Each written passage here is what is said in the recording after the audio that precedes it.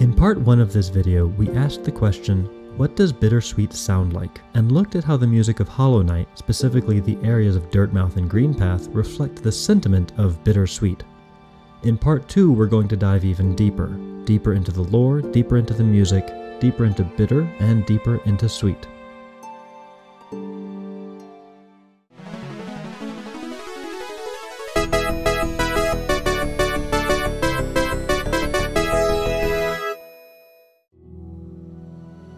Traveling ever deeper, the Hollow Knight eventually finds himself in the City of Tears, which was once the capital of the Hallownest Kingdom. However, the infection hit hard here, and what was once a beautiful and lively city has been reduced to abandoned structures populated by directionless drones, all under a constant shower of water leaking through the ceiling from the underground lake located above. The music that greets us as we enter is one of the most hauntingly beautiful tracks I think ever written.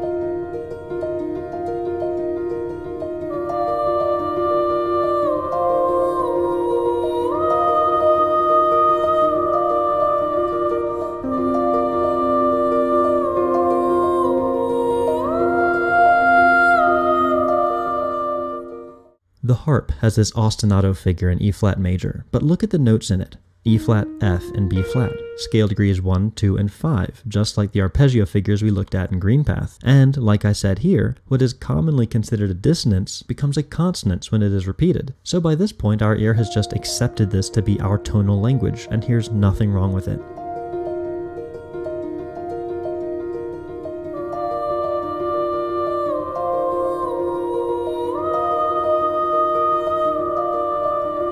When the melody enters, it is once again a step away from where it should be. Instead of starting on Do, our tonic, it starts on T, the leading tone. Again, this should be dissonant against the root E-flat being repeated in the harp, but instead it just sort of piques our interest. The opening phrase of the melody has repeated over a tonic bass and a sub-mediant bass, a third lower, just like we saw in Dirtmouth.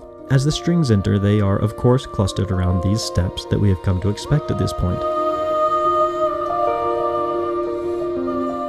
It starts to get really interesting in the third phrase, which shifts to a sub-dominant harmony and introduces the choir.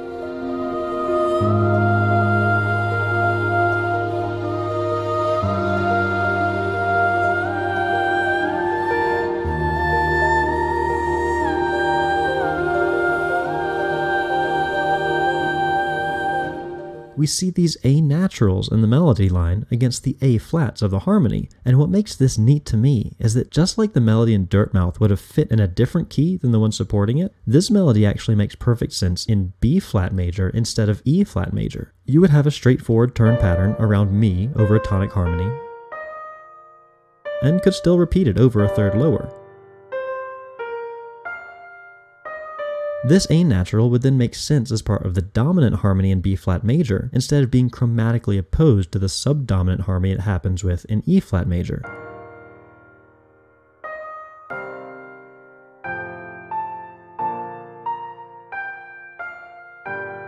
But that's what makes these tracks so interesting. They don't do what would fit and sit easy in our ear. They're constantly challenging our concept of tonal center.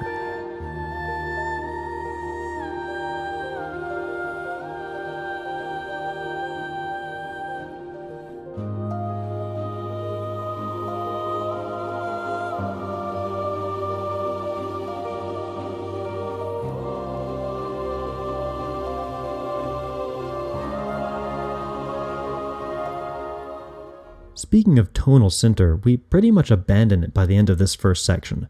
The melody outlines Do-Ti-Do, which is a classic cadence pattern, but entirely unsupported by the harmony which at this point has moved on from E-flat major altogether. Instead of returning to tonic, the harmony resolves by half step from C up to D flat, making the melody's tonic pitch E-flat a second above the chord.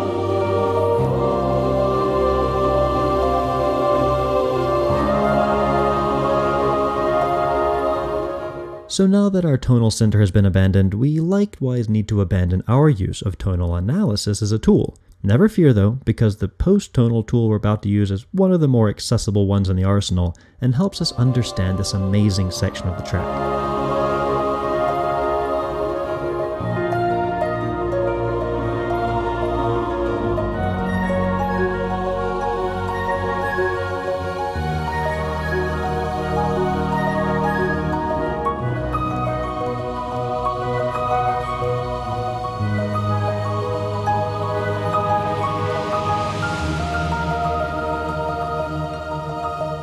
We can see and hear that the bass line is just descending by thirds from the D flat every 2 bars, while the chords above slightly change to reflect the harmonic journey. This is another harmonic sequence, but one called a maximally smooth cycle. Maximally smooth cycles are part of understanding Neo-Riemannian theory, a subset of posttonal theory that applies a modern understanding to concepts presented by the theorist Hugo Riemann in the late 1800s. Tonal theory describes chords by their relation to the tonal center and by their function in departing and returning to that tonal center, which is where we get terms such as tonic, expansion of tonic, predominant, and dominant. These are ways of classifying chords within a key by their role in ultimately getting us back to our home chord. Because post-tonal music generally does not have a clearly defined tonal center, there is no way to describe these chords by these same functions. Instead, we describe them in a relationship to each other. This is the basis of Neo-Riemannian theory. This chord is related to these other chords around it using certain transformations. A maximally smooth cycle is a harmonic progression whereby no more than one note of the triad must move by more than one step to arrive at the new triad. It may still sound complicated, but watch how it works in this part of City of Tears. If we take the chords we move through in this transition and position them all as triads, we get this. Now we can see that to get from D flat major to B flat minor, only the top voice must move, and by only one step. Reposition our triad, and we can see that from B flat to G flat, again only one voice moves by a half step. Repeat this and we get our next chord, E flat minor. The next one is C flat major, and then A flat minor. At this point we use the E flat as an anchor point, and the other two voices descend by half step, bringing us out of our post-tonal wormhole and delivering us back to our original tonic E flat.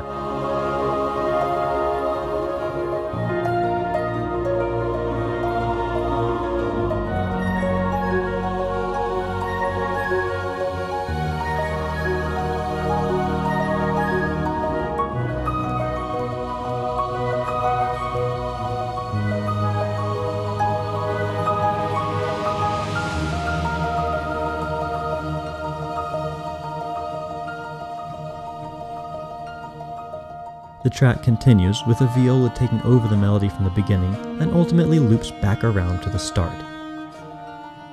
The City of Tears was at one point the hub of Hallownest, the center of the kingdom. The gentle harp gives us a musical representation of the unending trickle of rain descending from the ceiling. The sweet melody shows us the beauty of the architecture, but it being offset from the tonal center simultaneously demonstrates the ungrounded nature of the city, with everything having fallen to the infection.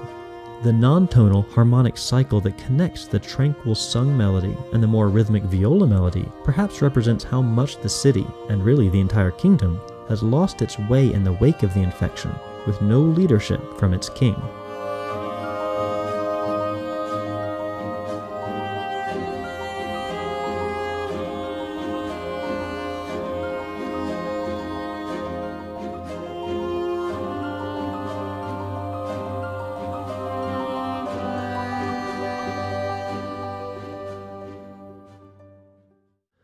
Speaking of the king, the Hollow Knight eventually reaches an area that calls into question that leadership altogether. The very border of the realm, known as Kingdom's Edge, reveals some rather unsettling information about the history of the kingdom and its rule.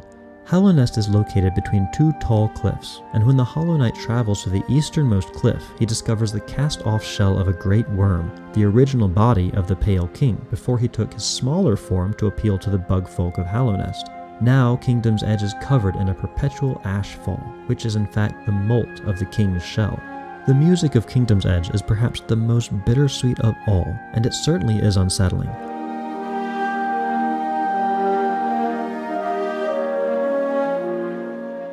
It starts with G minor arpeggios played by the viola and echoed by the bells, but the bells add a slight dissonance to the triad. Already it is difficult to feel where the metrical emphasis is. We can hear that it is compound meter, but we don't hear the music start at the beginning of a measure.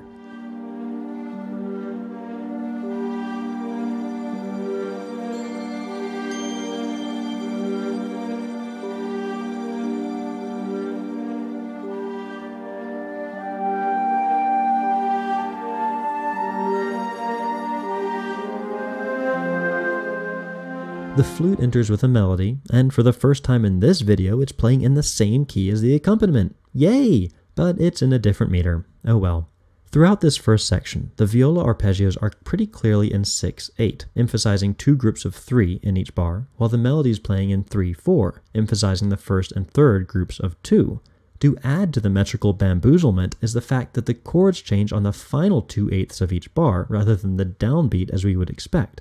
So even if our ears begin to feel accustomed to the simple against compound rhythms, the anticipations in the harmonic rhythm catch us off balance again. For now, I'll refer to the harmonic changes as though we're in 3/4 to align with the melody.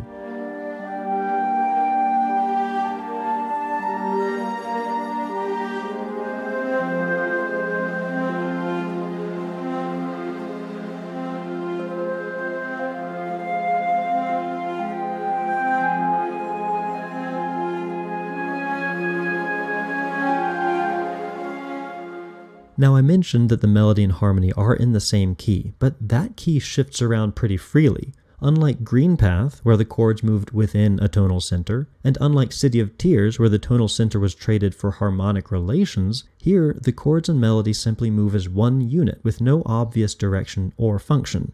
After the opening phrase in G minor, the whole thing shifts down a whole step to F minor on beat 3, adding an A flat. The next phrase, now transposed down a step, has another beat 3 shift to D flat major. This follows up a fairly solemn motion from G minor to F minor with a more hopeful shift to major, and a couple bars later it moves back up to E flat major, but then another sorrowful shift to B flat minor as the oboe finishes the melody of the first section.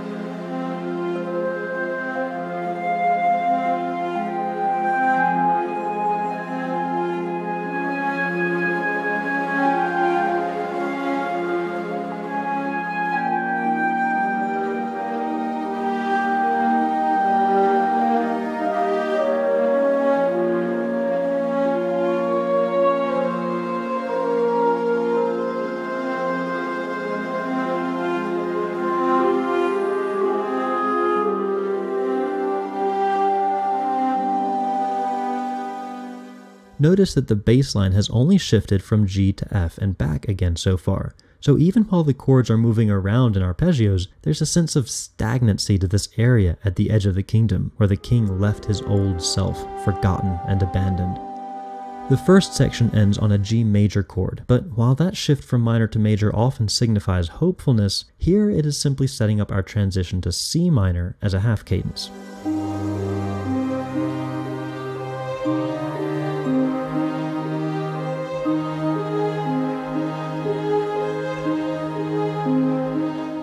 In the second section, the melody moves into the high harp and low strings, aurally representing perhaps the breadth of the kingdom between the cliffs or the vastness of the world beyond the cliffs. Either way, the range between the double bass and the upper register of the harp is striking. Our understanding of the meter is once again obscured. The arpeggio, now in the violins, used to start on tonic on the downbeat and go from there, but has been shifted 2/8 notes over, so the arpeggio now feels delayed. Likewise, the melody begins with So-Do, which ordinarily would be on an upbeat, so that the stronger tonic is on beat 1, but instead So is on the downbeat, making the whole thing a bit unbalanced. The metrical effect is that we feel that the ground could give way at any moment, and we're not sure where to put our feet.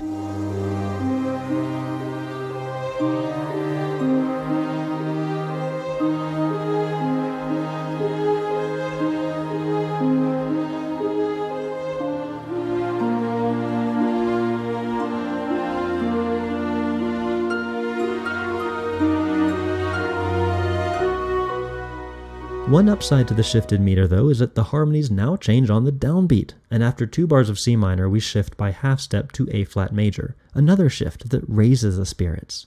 The second phrase, like before, is transposed down a step, starting on B flat major, but then moving through an unexpected E flat minor to C flat major, pretty far from the original C minor. Or is it? Notice how, like in City of Tears, these chords are moving in a maximally smooth way, changing as few notes as possible, which gives us these subtle shifts from major to minor.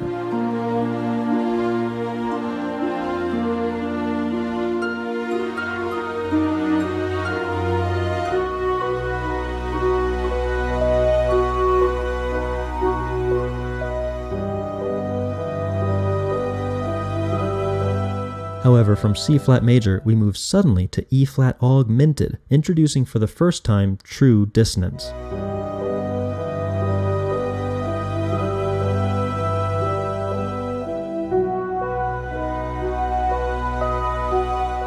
It resolves as quickly as it happened back to C-flat major, almost as if it wasn't really meant to be witnessed, a wickedness hid behind a curtain pulled back ever so slightly. But once something is known, it can't be unknown, and we move back into the dark dissonance with a B natural mixed into F major, then increase it as the bass descends to D flat. These final chords we hear before the return to G minor contain as much dissonance as they can without just being clusters. Both can be spelled as some form of enharmonic augmented triad, but with an additional dissonant fourth note, and they evoke a very dark and intimidating effect. But why? Why would the Kingdom's Edge sound so ominous? Well, the answer is hidden in a dark secret of the Pale King. As I mentioned, this is the area he first arrived in as a great worm, when he decided that he wanted to rule over Hallownest, took the form of a bug, and set out to eliminate the radiance from his subjects' minds. But there was more to it, because the character Bardoon reveals in a bit of dialogue that the ancient worms had the gift of foresight. How much, though? Was it in the order of days? Months? Years? Could the king have foreseen everything that would have happened in Hallownest? Because if so, that carries some truly dark implications. Could the Great Worm, arriving in Hallownest, have foreseen that his actions of granting the bug sentience would ultimately result in the radiance spreading the infection throughout the land, turning all of his subjects into mindless husks? And having foreseen this, did he deem it worth it to become the ruler of this land anyway, even for a short time? Was the greed and hubris so great that the Pale King was willing to sacrifice the entirety of the realm for a chance to rule? The game does not really tell us how powerful this foresight was, so we can only speculate, but it does give us a reason as to why the music at Kingdom's Edge sounds so mournful, but with glimmers of optimism. It was here that the Pale King made his decision to create the beautiful kingdom of Hallownest, while simultaneously dooming it to its ultimate decay through the infection. And that truly is the definition of bittersweet, isn't it? That sense that something good has happened but is tinged by feelings of sadness, regret, or wistfulness. This sense pervades the entire land of Hallownest, so let's review how the music supports that feeling. We've seen a large emphasis on the dissonance of a second being used to create consonants, both within a chord and in the larger structure of melody and harmony, until eventually it no longer feels dissonant. It's that feeling of when you're not altogether content or settled, but it's been that way so long it's almost more comforting to just live with the discomfort.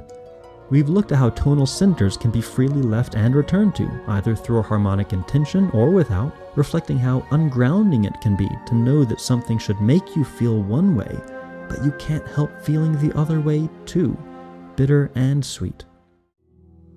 I think Christopher Larkin did an amazing job creating the music for Hollow Knight, and as I said before, it suits the world perfectly, encapsulating that sense that beyond the sad, worn-out husk of the world we see was a kingdom of happiness and abundance that fell to ruin because either the short-sightedness of its king, or perhaps because of the selfish egoism of its king.